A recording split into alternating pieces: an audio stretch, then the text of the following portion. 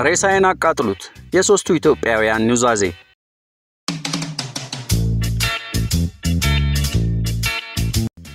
በተለያየ ምክንያት በባዕድ አገር በስደት ወጥተው በዚያው የቀሩ በዚያውም በስደት ሳሉ አርፈው አገራቸውን እንደናፈቁ ለአፈሯ ሳይበቁ የቀሩ ኢትዮጵያውያን አያሌ ናቸው። አንዳንዶቹ በዕድሜያቸው ጀንበር መጥለቂያ ከሰው ተራ ወጥተው ከዘመን ተጣልተው ከዘመድ አዝማድ ርቀው ያለፉ ናቸው።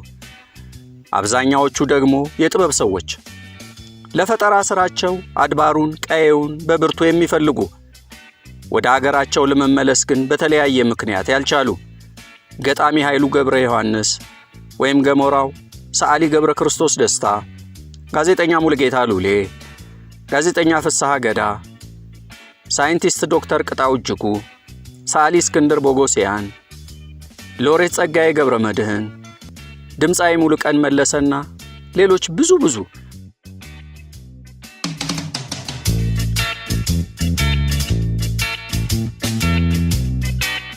ለዛሬ በዚህ ዳሰሳችን የምንዘክራቸው ከሀገራቸው ወጥተው በባዕድ ሀገር ኖረው ያለፉ 3 ኢትዮጵያውያን ጠቢባንን ይሆናል። እነዚህን ኢትዮጵያውያን አንድ የሚያደርጋቸው ሦስቱም በሚከተሉት የግል ወይም ሕዝባዊ እምነት ምክንያት በሰው ዱር ውስጥ እየኖሩ ነገር ግን የብቸኝነት ሕይወትን የመረጡ አኗኗራቸው ራሱ ከተለመደው ወጣ ያለና በመጨረሻም አሟሟታቸው ደግሞ የኛ ባህል ባልሆነ መልኩ ሬሳዬ ይቃጠል በማለት የተናዘዙ መሆናቸው ነው። ሕይወታቸውም ሆነ ሞታቸው ብዙ የሚያነጋግር አልፈናል።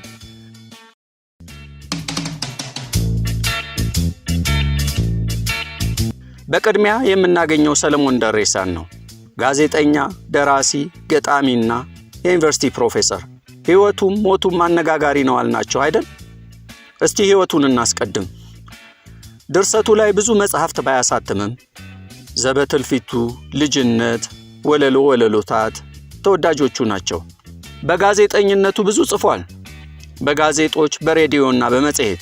ሰለሞን የተወለደው ወለጋ ጠቅላይ ግዛት ከጊምቢ ትንሽ ወጣ ያለች ጨቻ የምትባል የገጠር ከተማ ነው። ከዚያም በልጅነቱ በ4 ዓመቱ ወደ አዲስ አበባ መጣ። አዲስ አበባ ስለኖረበት ሰፈር ሲጠየቅ ሰለሞን አዲስ አበባ ሁሉም ሰፈሬ ነው ይላል። እውነትም ብዙ ሰፈሮች ኖሯል። 6 ኪሎ የካቲት 12 ሆስፒታል ጀርባ የወላጆቹ ቤት፣ 4 ኪሎ አሁን የትምህርት ሚኒስቴር ሕንፃ ያለበት ቦታ የአያቱ ቤት፣ ሀብተ ጊዮርጊስ ድልድይ አካባቢ ቢስ መብራት፣ ዘነበ ወርቅ በጊዜው ልዕልት ተናኘ ወርቅ አዳሪ ትምህርት ቤት የተማረበት፣ መድኃኔዓለም አዳሪ ትምህርት ቤት የተማረበት፣ ጄነራል ዊንጌት እና ሌሎችም። ብዙዎች ሰለሞን በልጅነቱ ትምህርት አይገባውም ነበር ይላሉ። ብዙ ትምህርት ቤት ቀያይሯል በልጅነቱ።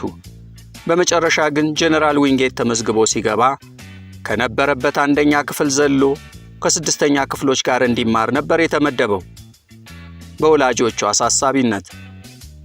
ግን በዓመቱ አጋማሽ ከክፍሉ ጥሩ ውጤት ካመጡት ተርታ ገብቷል። የተማረባቸው ክፍሎች ራሱ መደበኛ አልነበሩም። 1ኛ፣ 2ኛ፣ 3ኛ እያሉ የሚሄዱ ክፍል ገብቶ የተማረው 1ኛ፣ 6ኛ፣ 7ኛ፣ 8ኛ፣ 9ኛ እና 12ኛ ክፍሎች ብቻ።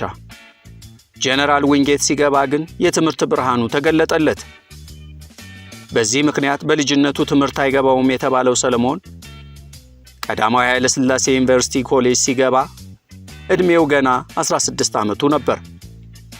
ሰለሞን በልጅነቱ የተማራቸው ትምህርት ቤቶች ዘነበ ወርቅ ልዕልት ተናኘ ወርቅ አዳሪ ትምህርት ቤት፣ መድኃኔዓለም፣ ተፈሪ መኮንንና ጄነራል ዊንጌት ይጠቀሳሉ። ብዙ ትምህርት ቤቶች ቀለዋውጦ ጄነራል ዊንጌት ከገባ በኋላ ነው በራሱ ጥረት የጎበዘው። ጄነራል ዊንጌት ሳለ ግን የገጠመው ፈተና ቀላል አልነበረም። ትምህርቱ ሙሉ ለሙሉ በእንግሊዝኛ የሚሰጥበትና እንግሊዞች የሚያስተምሩበት ትምህርት ቤት የነበረ በመሆኑ የሰለሞን እንግሊዝኛ ቋንቋ ደግሞ በጊዜው ገና ታዳጊ የነበረችበት ሰዓት። ዩኒቨርሲቲ ኮሌጅ የገባው በ1954 ዓ.ም ሲሆን እዚያ 4 ዓመታት የሚፈጀውን ትምህርት 5 ዓመታት ቆይቶበታል። እንደ ልማዱ ያጠና የነበረው ፍልስፍናና ስነ ጽሑፍ ነበር።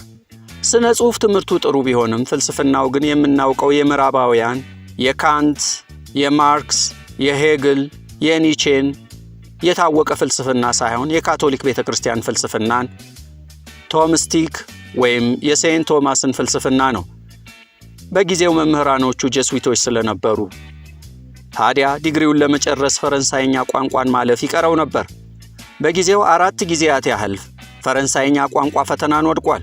በዚህ ምክንያት 5 ዓመታት የቆየበትን ትምህርት አቋርጦ የውጭ የትምህርት ዕድል ሲያገኝ ፈረንሳይ ሀገር ሄደ። ፈረንሳይ ሀገር እየተማረ ሳለ ደግሞ ትምህርቱን ሳይጨርስ ለጓደኛው ሰርግ ሚዜነት ወደ አሜሪካን ሄዶ የፈረንሳይ ትምህርቱን ተሰነባበተና እንደ ልማዱ እርሱም ትምህርቱን አቋረጠ። በሕይወት ሳለ ሞገደኛና ፈንጋጭ የነበረው ሰለሞን ዳግም ወደ ፈረንሳይ አልተመለሰም። እዚያው አሜሪካን ሀገር ቀረ። አሜሪካን ሳለ አዲስ አበባ በሚገኘው የኢትዮጵያ ሬዲዮ በፋይናንስ የሚደግፉት አሜሪካኖች ስለነበሩ ጣቢያውን ለማጠናከር የሬዲዮ ቴክኒሽያን ሰራተኛ ለመቅጠር ማስታወቂያ እዚያው አሜሪካን ሀገር አውጥተው ሰለሞን እዚያው አሜሪካን ስለነበር እችላለሁ ብሎ ተወዳድሮ ወደ ኢትዮጵያ ተመለሰ። ወደ ሀገር ቤት ተመልሶም የኢትዮጵያ ሬዲዮ ቴክኒሽያን ሆኖ ተቀጠረ። ሰለሞን ሁሉንም ነገር አልችልም አይልም፣ እችላለሁ ነው። እድሉን ካገኘ በኋላ ግን ስለ ጉዳዩ የሚያውቁ ሰዎችን ይጠይቃል፣ ያነባል፣ በመጨረሻም ራሱን ብቁ ያደርጋል። በዚህ ጥበቡም እስከ ህልፈተ ሕይወቱ ድረስ ተጠቅሟል። ይህ የሬዲዮ ቴክኒሽያንነት ማስታወቂያ የሚወጣው በአሜሪካን ሀገር ለአሜሪካዊ ዜጋ ቢሆንም ሰለሞን እንዳላወቀ ሆኖ ተወዳድሮ ፈታኞቹን ስለ ሬዲዮ ከኔ የተሻለ ሰው አታገኙም፣ ከኔ የተሻለ ማግኘት ዘበት ነው ብሎ በማሳመን ነው የተቀጠረው። ምንም እንኳን ስለ ሬዲዮ አንዳች የሚያውቀው ነገር ባይኖርም እዚህ ሲመጣ ብዙ የሬዲዮ ቴክኒሽያኖች ስለነበሩት እርሱን ያስታወሰውም አልነበረም። ከነርሱ ብዙ ነገሮችን በአጭር ጊዜ ተምሮና አንብቦ ሙያውን አወቀ። በጊዜው የነበሩት አለቆቹ ነጋሽ ገብረ ማርያም፣ ንጉሴ ሀብተወልድ፣ መሐመድ እድሪስ፣ ወርቁ ተገኝ፣ መኮንን አየለ፣ ልዑል ሰገድ ኩምሳ፣ ነጻነት አስፋው፣ ተፈሪ ወሰን ስለነበሩ ጥሩ ጊዜያትን በፍቅር እንዳሳለፈ ይናገራል። ሰለሞን ደሬሳ ቀደም ሲልም ለኢትዮጵያ ሬዲዮ ግቢ አዲስ አልነበረም። ዩኒቨርሲቲ ኮሌጅ ተማሪ ያለ ገና በ20 ዓመቱ በትርፍ ሰዓቱ እንግሊዝኛ ዜና ማንበብና ሙዚቃ ማጫወት ሥራ ላይ ተቀጥሮ ሰርቷል። ኢትዮጵያ ሬዲዮ ለዚያውም በጥሩ ደሞዝ በጊዜው 450 ብር እየተከፈለው። በሥራ መደቡ ከእርሱ በፊት ይሠራ የነበረው ታዋቂው የእንግሊዝኛ ጋዜጠኛ አምደ ሚካኤል አብቴ ነበር። በኋላም ሰለሞን ሥራውን ሲለቅ ለታዋቂው የታሪክ ፕሮፌሰር ታደሰ ታምራት አስረክቦ ሄዷል። ሰለሞን ሕይወቱም ሆነ ሞቱ እንግዳ ነበር የምንለው በምክንያት ነው። ማወቅም አለማወቅም ብዙ አይገርመኝም፣ እጠይቃለሁ፣ አነባለሁ፣ ስለዚህ ሁሉንም እችላለሁ የሚለው ሰለሞን ጥያቄ ሲጠይቅ ደፋር እንጂ ባለጌ አይደለም። ልክ እንደ ባልደረባው እንደ አንጋፋው ጋዜጠኛ አሳምነው ገብረወልድ በጋዜጠኝነት ዘመኑ አፈንጋጭ የሚባል አይነት ስራዎችን ሰርቷል። ለምሳሌ ሁለቱን እንጥቀስ። ጃንሆይን ቃለ መጠይቅ ለማድረግ ቤተ መንግስት ለዘገባ ሲሄዱ ጥበቃዎቹ ክቡር ዘበኛ ትፈተሻላችሁ ሲሏቸው እምቢ ብለው መኪናውን አዙረው ሄደዋል በሰለሞን ፊት አውራሪነት። ሌላው ጃንሆይ ለጋዜጠኞች መኪና፣ ገንዘብ፣ መሬት፣ ኒሻን ይሰጡ ነበር በተለያየ ጊዜ ለተለያዩ ጋዜጠኞች። እርሱም ብዙ ጊዜ እንዲወስድ ጥሪ ደርሶት ነበር፣ ግን አላደረገውም። በመጨረሻ እንኳን ድርጅቱን ሲለቅ ኢትዮጵያ ሬዲዮ ማለት ነው፣ እርሱ የሚያሽከረክራትን የድርጅቱን መኪና ውሰድ ተብሎ እንኳን አልፈልግም ብሎ ሄዷል። ሰለሞን በጊዜው ብዙ ዘመዶቹ የንጉሱ የቅርብ ባለስልጣናት የነበሩ ቢሆንም እርሱ ግን ብዙም ግድ አይሰጠውም ነበር። ለምሳሌ የገንዘብ ሚኒስቴር የነበሩት ክቡር ይልማ ደሬሳ አጎቱ ወይም የእናቱ ወንድም ነበሩ።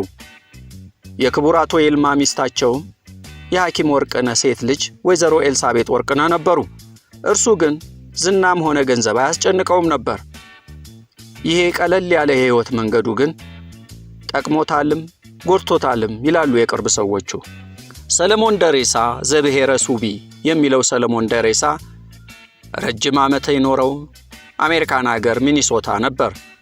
የአንድ ሴት ልጅ አባት የሆነው ሰለሞን በትዳሩ በወላጅናቱ አማካኝነት አንዲት አሜሪካዊት እዚሁ አዲስ አበባ አግብቶ አሜሪካን ሀገር ሄዶ ለ18 ዓመታት አብረው ኖረው አንድ ልጅ ወልደው በሰላም ተለያይተዋል።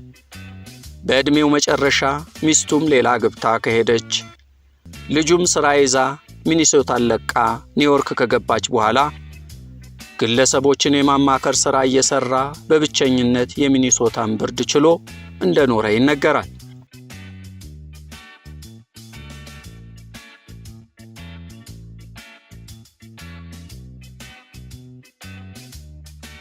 ብዙም ግርግር የማይወደው ሰለሞን ብዙ ወዳጅና ዘመዶች ቢኖሩትም ሲያገባ ግን ምንም አይነት ሰርግ አልደገሰም። እርሱና ሚስቱ ጋይ ስብሐት ገብረ እግዚአብሔርና ሚስቱ ሐና ይልማ እንዲሁም እስክንድርና ባለቤቱ ፋኒ ብቻ ነበሩ የታደሙት። ቁርስ በልተው ሻምፓኝ ከፍተው ተጋቡ። ከዚያም ሁለቱ ጫጉላቸውን ለማክበር ወደ ሶደሬ ሄዱ። አበቃ። ከዛም ወደ አሜሪካን ሄደ። ሰለሞን ከአሜሪካዊት ሚስቱ ጋር በሰላም ከተፋቱ በኋላ ልጃቸው እንደፈለገች አሳድገዋታል። የፈለገችው እናቷም አባቷም ዘንድ እንድትኖር በራቸውን ክፍት አድርገው ትዳራቸው 18 ዓመታት ቆይቶ በሰላም ተቋጨ። ሚኒሶታ ሲኖር ሥራው የዩኒቨርሲቲ መምህርነት ነው። የተለያዩ ትምህርቶችን አስተምሯል። የሚያስተምረው ያሰኘውን ነው እንጂ በዩኒቨርሲቲው ካሪኩለም እየተመራ አልነበረም። ጊዜ ወስዶ ለራሱ አንድ ነገር አንብቦ ሲጨርስ አሁን ይበቃኛል በደንብ አውቄያለሁ ሲል እርሱኑ ማስተማር ይጀምራል ወጣቶችን። ብዙ ጊዜ ስነ ጽሑፍ፣ ሳይንስ፣ ስነ ጥበብ፣ የስነ ጽሑፍ ሂስ እና ሚቶሎጂ ያስተምር ነበር። በመጨረሻም በጣም ወዶትና ክፍሉ ሙልት ብሎ የሚያስተምረው ሚት ወይም ተመስጦ እና መንገዱ ምን እንደሆነ ይሁዲዎች ከባላ የሚሉትን ምስጢር ይሉታል እርሱን እንዲሁም ቡድሃን በጣም ስለሚወድ ቢያንስ ለ16 ዓመታት አስተምሯል። ይህንን ትምህርት የተመስጦን ወይም ሚቶሎጂን ሰለሞን ሲያስተምር ክፍሉ ሁልጊዜ በተማሪዎች እንደተሞላና ለተማሪዎችም ተወዳጅ ትምህርታቸው እንደነበር ሰለሞን ይገልጻል። ይሄ ሰለሞን የሚያስተምረውና የሚወደው የቡድሃ የተመስጦ ትምህርት በስተመጨረሻ እርሱም የቡድሃን አስተምሮት ወዶት የእምነቱ ተከታይ ሆኖ እንደነበር ይነገራል። ዩኒቨርሲቲ የማስተማር ሥራው የተማሪ ብዙ ጽሑፍ ማረም ስለሰለቸው በፍቃዱ ከተወው በኋላ ለመኖር ያህል የግል የምክር አገልግሎት ይሰጥ ነበር። የሕይወት ምክር አይነት በተለያዩ ርዕሰ ጉዳዮች አሜሪካን መኖርን ይጠላው ነበር። በይበልጥ በደርግ ዘመን ወደ አገር ቤት መመለስ የማይችልባቸው 8 ዓመታት የእርሱ የመከራ ዘመናት ነበሩ። ከዚያ በኋላ ግን ለምዶት ደስተኛ ነበር። ሰለሞን ከሚኒሶታ ሳይወጣ ብቻውን ኖሮ በመጨረሻም ታሞ አልጋ ይዞ እዚያው በሚኒያፖሊስ በጥቅምት 23 2010 ዓመተ ምህረት የዛሬ 8 ዓመት አረፈ። ከሞት ማን ይቀራል? አድናቂዎቹ፣ ወዳጆቹ፣ ቤተሰቦቹ አዘኑ። ሰለሞን ሕይወቱ በብዙ ጣውረድ የተመላና ወጣ ያለ አኗኗርና ቀለል ያለ መንገድ መርጦ ቢኖርም ሕይወቱ ግን ለብዙዎች እንግዳ ነበር። በኋላም ሞቱ እንደዚሁ እንግዳና አስደንጋጭ ነበር። ሰለሞን ከሞተ በኋላ ኑዛዜው ራሱ እንደ ሕይወቱ እንግዳ ነገር ነበረው። ሬሳው እንዲቃጠል የሚያዝ በመሆኑ በኑዛዜውም መሰረት እዛው አሜሪካን ተፈጽሟል የቀብሩ ስነ ስርዓት። ሰለሞን የቡድሃ እምነት ተከታይ እንደነበረና ቀብሩም የተፈጸመው በእምነቱ አስተምሮት መሰረት መሆኑ ይታመናል።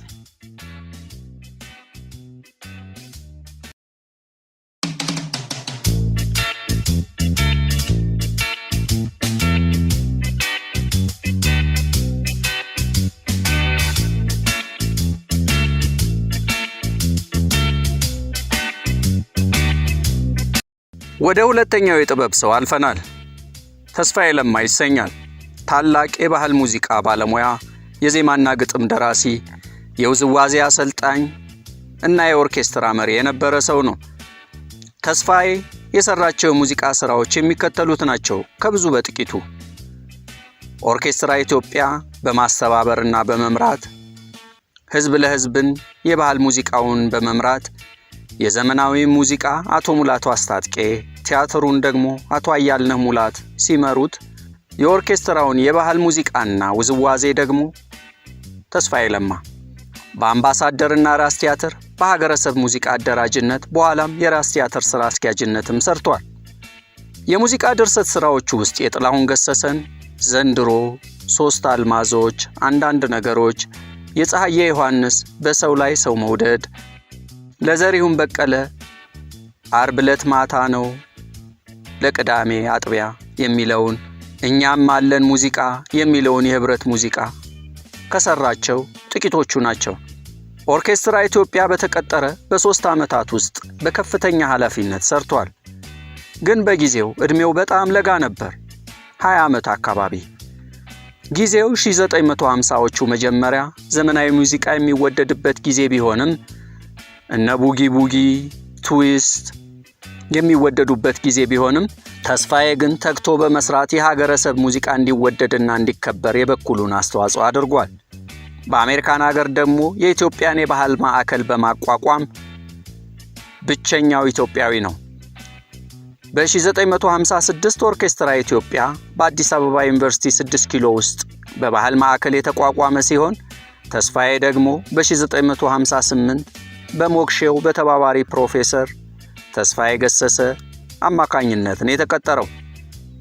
በጊዜው ተስፋዬ ገሰሰ የባህል ማዕከሉ ስራ አስኪያጅ ስለነበር ሙዚቃ ሰራለሁ ብሎ ሙዚቃ መሳሪያ ምንም አልጫወትም፣ የቤተ ክህነት ዜማም አልጫወትም፣ ግን ዜማ አወጣለሁ ብሎ ለሙከራ በትንሽ የኪስ ገንዘብ ነበር የተቀጠረው። ከነጌታ መሳይ አበበ፣ ፀሐይ እንዳለና ዮሐንስ አፈወርቅ አይነት የባህል ሙዚቀኞችን ይዞ ስራ ጀመረ። ዜማ ሲሰራ በፉጨት ወዲያው ነው የሚያወጣው። ዜማ ሲያወጣ ታዲያ አንድ ቦታ አይቆምም፣ መቀመጥም አይወድም። 2-3 ጎርደድ ብሎ እዚያው ይጨርሰዋል። ግጥሙንም እንደዚያው የተለየ ተሰጥኦ ባለቤት ነው። ተስፋዬ ኦርኬስትራ ኢትዮጵያ እየሰራ ሳለ ቻርልስ ሳተን የተባለ አሜሪካዊ የፒስ ኮር አባልን ይተዋወቃል። ቻርልስ እንግሊዝኛ ቋንቋ መምህር ነበር። ተስፋዬ ለቻርልስ የኦርኬስትራው ሙዚቀኛ ጌታ መሳይ አበበን መድቦለት መሰንቆ አለማምዶታል። ተስፋዬ ለቻርልስ ብዙ ድርሰቶችን ሰጥቶታል። ዘመኑ የነጥላሁን ገሰሰና አለማየሁ እሸቴ ዘመናዊ ሙዚቃ የሚወደድበት ጊዜ በመሆኑ ብዙ ጊዜ ኦርኬስትራ ኢትዮጵያ በልደት አዳራሽ ዝግጅቱን ሲያቀርብ ከ5 ባህላዊ ወይም የሀገረሰብ ዘፈን በላይ አይጫወትም። ምክንያቱም ታዳሚው ዘመናዊ ሙዚቃ ስለሚወድ በጩኸት ውጡ ውጡ ይል ነበር። በልደት አዳራሽ 6 ኪሎ የሀገረሰብ ሙዚቃን ለማስለመድና ለማስወደድ ብዙ ጥሯል ተስፋዬ። በኋላ ግን አሜሪካዊውን ቻርልስን መሰንቆ አስለምዶ መሰንቆ አስይዞ በአማርኛ ሲያዘፍነው ብዙ ሰው ተደነቀ። እኛ የጣልነውን መሳሪያና ቋንቋ ለካ ፈረንጆቹ ይወዱታል በሚል። በዚህም ተቀባይነቱ በጣም ከፍ እያለ መጣ። ተስፋዬ ገና በወጣትነቱ ነበር የኦርኬስትራው መሪ የነበረው። ትምህርቱን 12ኛ ክፍል እንደጨረሰ በኋላ ግን አሜሪካን ኢንዲያና ዩኒቨርሲቲና ኒውዮርክ ካንዲቫል የአሜሪካን ዳንስና ቲያትር አጥንቶ ተመርቋል። በተስፋዬ የሚመራው ኦርኬስትራ ኢትዮጵያ እስከ ደርግ መምጣት ድረስ ቀጥሎ ነበር። በጀት የለኝም ብሎ ዩኒቨርሲቲው እስኪበትነው ኦርኬስትራውን ሊጋባ ቢሮ በሚባለው ግቢ ማድ ቤት ወይም ኩሽና ተከራይተው እያጠኑ እንዲሰሩ አድርጎ እስከ 1961 ዓ.ም ድረስ ተስፋዬ ሰርግም ድግስም እየፈለገ ህብረቱን አቆየው። ተስፋዬ በጊዜው የ19 ዓመት ወጣት ቢሆንም በኋላም 1080 አካባቢ ሰፋ ያለ ቤት ተከራይተው መስራት ቀጠሉ። ቻርልስም የኦርኬስትራውን ትጋት አይቶ አሜሪካን ሙዚቃቸውን እንዲያቀርቡ እድል አመቻቸ።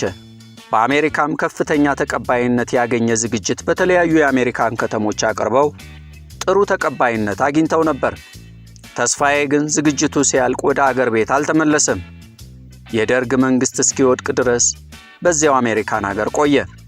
የድርሰት ችሎታውን በተመለከተ በ1960 ብቻ 57 ግጥምና ዜማ ሰርቷል ይሉታል። ገንዘብ ሲፈልግ ወዲያው ሙዚቃ ደርሶ ሙዚቃ ቤቶች ሄዶ ሸጦና ገንዘብ ተቀብሎ ይመጣል ይባላል። ከቤተሰቡ 5 ልጆች የመጀመሪያው ልጅ ነው። ነሐሴ 1938 ከአባቱ ለማ አለባቸውና ከእናቱ በላይነሽ ካሳ ከተወለዱት። የሙዚቃው መነሻውን ሲናገር በልጅነቱ ከወላጆቹ ጋር ምስኪያ ዙናን ቤተክርስቲያን ሲሄድ የሚሰማው የያሬዳዊ ጡመ ዜማ መሆኑን ይናገራል። ምንም እንኳን የቤተክርስቲያን መንፈሳዊ ዜማም ሆነ ትምህርት ያልተማረ ቢሆንም ልክ እንደ ጋሽ ዩኤል ዮሐንስ የቤተክርስቲያን የዜማ ትምህርት አልነበረውም። በኋላም ተፈሪ መኮንን ትምህርት ቤት በነበረበት ጊዜ የሙዚቃ ፍቅሩንና ችሎታውን አዳብሯል። በካናዳውያን መምህራን ነበር 11ኛና 12ኛ ክፍል ትምህርቱን የተማረው። እነርሱም ለሙዚቃ ያለውን የላቀ ፍቅርና ችሎታ በመገንዘብ አግዘውታል። በሙዚቃው ምክንያት ግን ከቤተሰቦቹ ስላልተስማማ ከቤት ወጥቶ እነዚሁ ካናዳውያን መምህራኑ ጋር ተጠግቶ ነው የተማረው 6 ኪሎ ያለውን የባህል ማዕከል እስኪቀላቀል ድረስ። ተስፋዬ ቀደም ሲል እንደገለጽንላችሁ ብዙ ግጥምና ዜማ ለድምፃውያን ሰጥቷል። ለጥላሁን ገሰሰ ዘንድሮ ዘንድሮ፣ ሶስቱን አልማዞች፣ ፍቅርሽ ነው የጎዳኝ፣ አንዳንድ ነገሮች፣ ለኤፍሬም ታምሩ የፍቅርን ቅጣት ቻልኩት፣ ለነዋይ ደበበ ያላንቺ ኖራለው፣ የአይኔ አበባ ነሽ፣ የአደይ አበባ፣ ለኤልያስ ተባበል ማማዬ፣ እኔስ መውደድ አደረገኝ አመድ፣ ለፀሐዬ ዮሐንስ ምን አለ አንቺ ልጅ ምን አለ የሚሉትን ተወዳጅ ሥራዎች። ኦርኬስትራው ከፈረሰ በኋላ ስምና ዝናውን ይዞ አምባሳደርና ራስ ቲያትር ሄዷል። በአስተባባሪነት በኋላም በሥራ አስኪያጅነት። በሕይወቱ ብዙ የቅርብ ሰዎቹና ባልደረቦቹ እንደሚያነሱት ብዙ አፈንጋጭ ባህሪ ነበረው ተስፋዬ ለማ። ለምሳሌ መኖሪያ ቤቱ በአስደንጋጭ ነገሮች የተመላ ነበር። ጭራቅ አይነት ስዕል፣ የሰው የጭንቅላት አጽም የመሰሉ ነገሮች፣ ምስሎች፣ ጥቁር ቀለም የተቀባ ክፍል፣ ጨለማ ክፍል ወዘተ ወጣ ያለ ባህሪ አሉት። ቤቴን ለፈጠራ ወይም የድርሰት ሥራ የሚመች መልኩ ነበር ያደራጀሁት ይላል። ብዙ ጊዜ የቀበሌ የጸጥታ ሰዎች ቤቱን ሲፈትሹ እናም እነዚህን ነገሮች ሲያገኙ ደስ አይላቸውም ነበር። የገጠር ስሜት ለማምጣት ባህላዊ ዕቃዎችን ስለሚሰበስብ ቀበሌዎች ለፍተሻ ሲመጡ ዕቃዎቹን በሙሉ ይወስዱበት ነበር። በጸረ አብዮተኝነትም ይጠረጥሩታል። ተስፋዬ በዚህ በጣም ይበሳጭ ነበር። ተስፋዬ ቤት ውስጥ እንደዚሁም የሰው አስከሬን አጽም ያስቀምጣል። ምክንያቱም የሰው ልጅ መጨረሻ እርሱ ነው ብሎ ያምን ስለነበር ነው ይላሉ ወዳጆቹ። የሲጋራ መተርኮሻው ወይም አሽትሬው በእጅ መዳፍ ቅርጽ በብሮንዝ የተሰራ ነው። ትርጉሙንም ሲጠየቅ እጅ አመዳፋሽ ነው ማለት እንደሆነ ይመልሳል። የተለያዩ ብሔሮችን የለቅሶ ዜማዎች ያዳምጣል ለፈጠራዬ ስራዬ ያግዘኛል በሚል።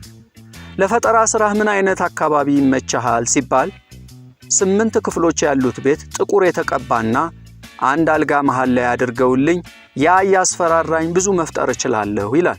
የተለየ የፈጠራ ስራ ባለሙያ ቢሆንም ጭብጨባ አይፈልግም፣ በፈጠራው ከታወቀ በቂ ነው ይላል። ለሙዚቃ የተለየ ተሰጥኦ ያለው ሰው ነው፣ ግን ምንም አይነት የሙዚቃ መሳሪያ አይጫወትም። ዜማን ብዙ ጊዜ በፉጨት ወይም በእንጉርጉሮ ይደርሳል። ግጥምንም እንደዚያው ያበጅለታል። ድርሰቶቹን ወዲያው ማዘጋጀት ይችላል። አንድ ጊዜ እሁድ መርዶ ሊያረዱት እንደሆነ ቀድሞ ሰምቶ ኖሮ ዘመዶቹን ተደብቆ ቅዳሜ ማታ ወደ ሶደሬ ሄዷል። ሐዘን፣ ችግር፣ መከፋትን ይሸሻል። ሰርግና ለቅሶ አይወድም። መዝናናት ግን ነፍሱ ነው። ስለ ህመምና ስለ በሽታ፣ ችግር፣ ለቅሶ እንዲሁም ሌላ ነገር መስማት በጭራሽ አይፈልግም። ገንዘብ ሲፈልግ አምባሳደር ሙዚቃ ቤት አንድ አፍታ ሄዶ ዜማ ሸጦ ገንዘብ ተቀብሎ ይመለሳል። አሜሪካን ሀገር ኦርኬስትራውን ይዞ ሄዶ ወደ ሀገሩ ሳይመለስ ቢቆይም ደርግ ከወደቀ በኋላ በ1984 ዓ.ም ኢትዮጵያ መጥቶ የተለያዩ ባህላዊ የሙዚቃ መሳሪያዎችን እና ፎቶግራፎችን ይዞ ተመልሷል። ትዳሩን በተመለከተ ከቀድሞዋ የኦርኬስትራ ኢትዮጵያ አባል የሺ መብራቴ 3 ልጆችን አፍርቷል። 2 በሕይወት የሉም። የሺ ድምፃዊት ነበረች የኦርኬስትራው። ጤናውን በተመለከተ ከስኳር በሽታ ጋር ከ30 ዓመታት በላይ ኖሯል። ተስፋዬ የኢትዮጵያ ሙዚቃ ታሪክ ከ1988 እስከ 1983 የሚል መጽሐፍ አዘጋጅቶ አሳትሟል። ሙዚቃን በተመለከተ ትምህርት ቤት ሳለ የአንድ የተማሪ ባንድ ውስጥ ትራምፔት ይጫወት ነበር። ቤዝ ክራርን ለመጀመሪያ ጊዜ ያመጣው እርሱ ነው ይባላል። መጨረሻ ግን መጀመሪያ የስኳር በኋላም የኩላሊት በሽተኛ ከሆነ በኋላ አሜሪካን የአረጋውያን ማገገሚያ ገብቶ በሳምንት 3 ጊዜ የኩላሊት እጥበት እየተደረገለት ከቆየ በኋላ አረፈ። ኑዛዜው እኔ ለሀገሬና ለባህሏ እንዲሁም ለብዙ ሙዚቀኞች ብዙ ውለታ ብውልም እጄ አመዳፋሽ ሆኖ በመሜ ጊዜ ማንም የጠየቀኝ የለም። ስለዚህ ከሞትኩ በኋላ ማንም ሐዘን እንዳይቀመጥ ሬሳዬን አቃጥሉት ብሎ ተናዞ ቀብሩ በኑዛዜው መሰረት ተፈጽሟል። እዚያው በባዕድ ሀገር አሜሪካን።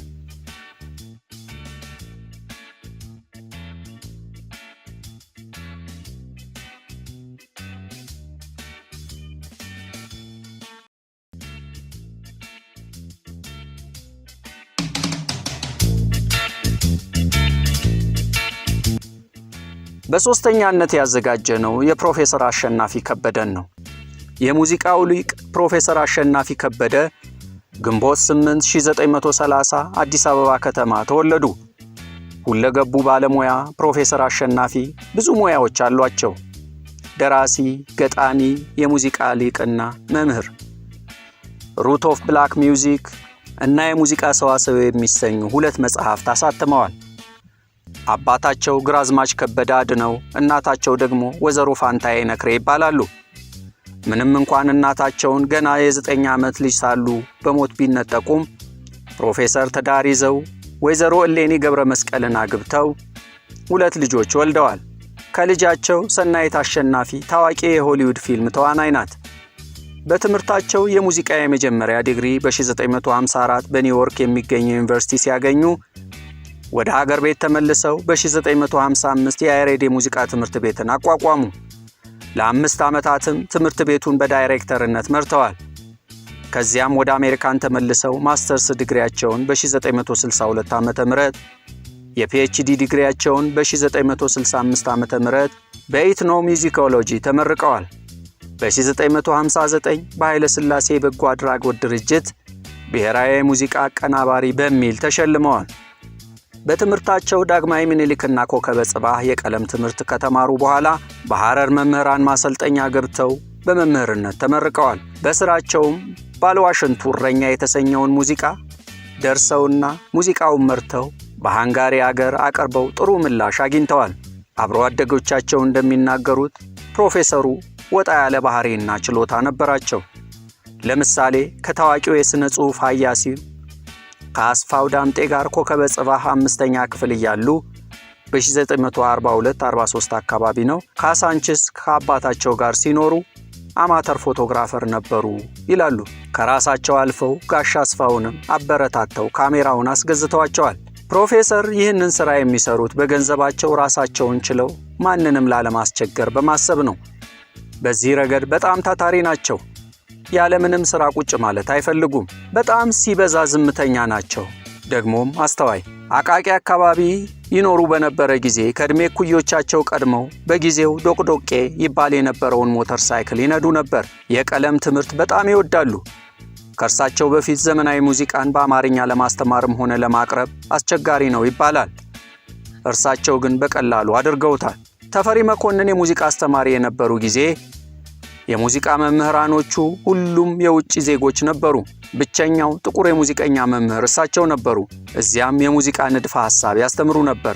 ከመሞታቸው ቀደም ብሎ የነበሩትን ጥቂት ዓመታት ለየት ያለ አኗኗር ይከተሉ እንደነበር ይነገርላቸዋል። በይበልጥ የቡድሃ እምነት ተከታይ ከሆኑ በኋላ ብዙም በሕይወት የመቆየት ፍላጎት እያጡ ለወዳጆቻቸው ለሰው ልጅ ከ60 ዓመት በላይ መኖር ምን ይረዋዋል? በቡድሃ እምነት የመጨረሻው ጽድቅ ወደሚባለው ኒርቫና ለመግባት ይጓጉ ስለነበር አብዛኛውን ጊዜ ስለ መንፈሳዊነት ይናገሩ እንደነበር የቅርብ ሰዎቻቸው ይናገራሉ። ኒርቫና ፋንታሲ የሚሰኝ የመጨረሻ የሙዚቃ ኮንሰርትም አዘጋጅተዋል። ከመሞታቸው ጥቂት ቀደም ብሎ ከመሞታቸው በፊት ለወንድማቸው የ1 ሳምንት ዕድሜ እንዳላቸው ይናገሩ እንደነበርና ስለ መንፈሳዊነትም አብዝተው ያወሩ ነበር። በመጨረሻም በተወለዱ በ60 ዓመታቸው በተወለዱባት ዕለት ግንቦት 8 1990 ዓመተ ምህረት አረፉ። የፖሊስ የምርመራ ዘገባ እንደሚያሳየው ፕሮፌሰር አሸናፊ ከበደ ምናልባትም ራሳቸውን እንዳጠፉ ይታመናል። በመጨረሻም በቡድሃ እምነት አስተምሮ መሰረት ሬሳቸው ተቃጥሎ የቀብር ስነ ስርዓታቸው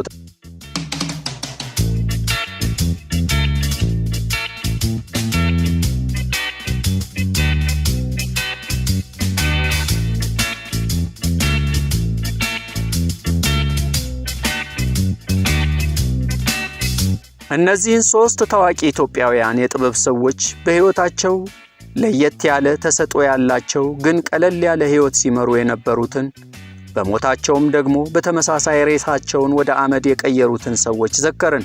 ሚያዝያ 13 2018 ዓ.ም አበቃን።